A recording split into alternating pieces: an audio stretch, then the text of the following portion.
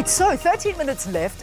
It's been a very busy year in the world of politics. We all know that. From President Cyril Ramaphosa's first State of the Nation address, to the state capture inquiry, to Patricia Delille's resignation as Capetown mayor, to what just happened with our Minister Malusi Gigaba. And who better to make sense of this other than Jonathan Shapiro, better known as Zapiro, political analyst, cartoonist and satirist. He's now in studio with us. It's so good to see you. Good to see you too. Yeah, you know, I often think about you and I think to myself, how do you sort of come up with these things all the time? You never cease to amaze us.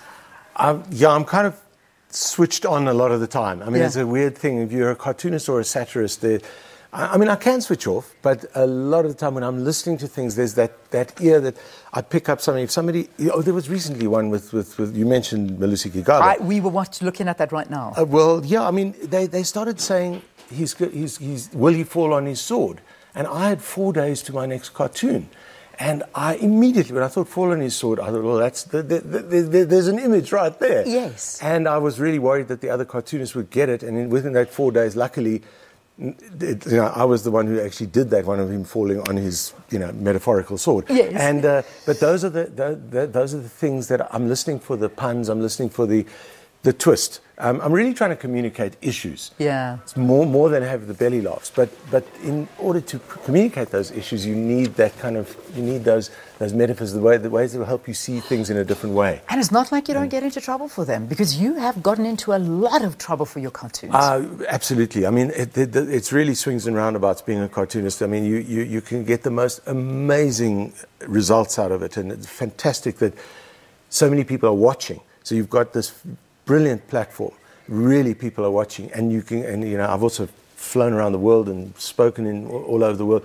But the downside is that you can get death threats, you get lawsuits, including, I mean, Jacob Zuma sued me twice in very, very big numbers. Did anything ever come of those? Well, one lasted 4 years and the other lasted 6 years. Yeah. And eventually, he was the one really driving it. His lawyers were telling him, no, this is not going in, it's not going to work, not going to work. Walk away. And he, being the kind of headstrong person who clearly, we're seeing exactly how much he was captured and was doing capturing, but he decided he wanted to go for me. Yeah. And he actually said, at one point, he is invading my dignity, which I love. So he those two lawsuits eventually were dropped, but the one became quite he really pursued that right through his presidency. Because, I mean, you had an interesting way of portraying President Zuma, or former President Zuma, with a shower head on his head. And I think we all know, I'm not going to go into the history of it due to time constraints, but, the whole issue of rape was a big theme during that, whether it was the raping of the justice system and the rape charges that were hanging over his head. And you were getting into very sensitive territory there. It is sensitive territory. Do you sometimes feel, okay, maybe I'm crossing the boundaries here? Look, those are sort of two separate questions in a sense that I just want to deal with one thing. Yeah. The issue of rape. It's a huge issue. And that Rape of Justice cartoon did not come from Jacob Zuma's own trial for rape, for which he was acquitted. I think he was very lucky to be acquitted. You read, you hear what happened and how what happened to Kwezi and her having to go into exile and her being really persecuted by his supporters with his more than tacit approval, and then eventually, unfortunately, passing away.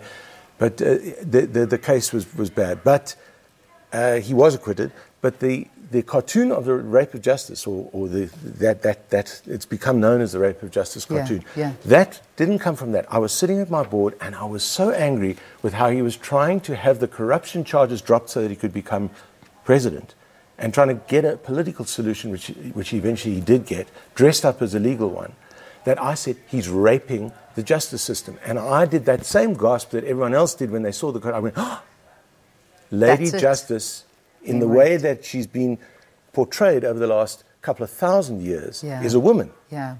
And but the that black is woman, how the then black I made woman her you got into trouble. Well, I made her into a black woman, but initially the way I got into trouble was by Leka, and Bete spun it the other way. Yeah. She said, the woman in the cartoon is white. I challenge you to look at that cartoon and say the woman in the cartoon is white. Yeah. She's not. She's deliberately drawn as representing South Africa, as I had been doing for a decade already, drawing a black lady justice. And she's at least somebody you couldn't say is definitely white. You could say she could be black. And but initially that was the way she tried to spin it. And Zuma picked up on that. He said, he and she both said, so Zapiro is saying that I, Zuma, or in her case she was saying that Jacob Zuma would go and rape white women. That's how they spun it initially. Wow. So it was very heavy. You know, the reality is, the idea of you being able to do this and to put out these cartoons, and I mean, this is you voicing your opinions through art. You're a political commentator through drawings. When we talk of freedom of media in South Africa and the freedom of expression, is it being, are we being silenced? Were we being silenced a few years back? Is it getting better? What do you think? Mixed bag. Like, to have been able to do these cartoons in the last two and a half decades. I mean, I did cartoons under the old apartheid regime. Cartoons of mine were banned. Publications that I was part of were banned. And now to have been able to do these cartoons and get them published in mainstream media is something that is amazing. I mean, we've had incredible freedom in certain ways. Yeah. Electronic media, like right here at the SABC, been through very tough times of blacklisting and censorship, but also very, very courageous journalists have always come through and try to fight that. And it's really been that kind of up-down process in the South Africa. And I don't want people to forget that somebody like Blade and Zamande, who's all of a sudden kind of, against what was happening with Jacob Zuma, he was a huge supporter of what was going on and was trying to get a dignity law that would prevent the president, at the time, Jacob Zuma, being lampooned or satirized. I mean, that's insane. And that happens in many countries across the world. We didn't get that. We've had the Protection of Information Bill, the secrecy, we had those things people been trying to suppress our freedoms, but we've actually had quite an amazing time of, I mean, for me, also as a white activist, journalist, cartoonist, to be able to be part of this setup in this great and always kind of crazy country is absolutely phenomenal as well. So we run into huge time problems, which kills me, because I know, and one of the questions I wanted to ask you, and if you can do this quite quickly, and if we can get a shot of Sakina, because you drew a cartoon of Sakina. You've never met her. And that was one of the questions I wanted to ask you, was how do you feel meeting somebody for the first time after you have portrayed them in a way? And Sakina, how do you feel about Jonathan having portrayed you as a puppet? And I think it was during the Metro FM years. Well, as Sakina left Metro FM, I had to somehow kind of like do the situation as I saw it, and I didn't know Sakina, and I hadn't heard her and then she came to SAFM, and I realised I'd kind of not portrayed her quite, and I listened avidly, and I actually tried to get a message to you, Sakina, through Conrad Koch, who also is known for Chester Missing, the puppet. When he was on with you, I SMS'd him while he was on your show, and I said, tell Sakina she's no puppet. And Do you feel better? No, I want a new cartoon. You want a new cartoon? He needs to set the record Listen, straight. I want my cartoon too, as well. I feel a bit left out here, because I remember you doing a cartoon when the late Vuyo passed away, and you did a beautiful tribute to him. But because I'd actually drawn him in Tim Modise's shoes, in the giant shoes of Tim Modise when he started, and he never forgot that.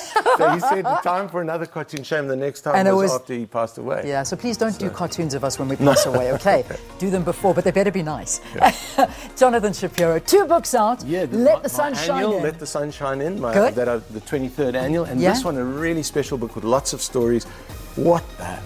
Essentially, how did it happen? It's capturing Zuma, a cartoonist's tale, lots of stories, and it's a very different kind of book about how did it happen, and we mustn't let this happen again. Perfect Christmas gifts, really, really awesome. Thanks, Jonathan Shapiro, better known as Zapiro. 2 books out, great conversation. We'll see you after this. Stay tuned.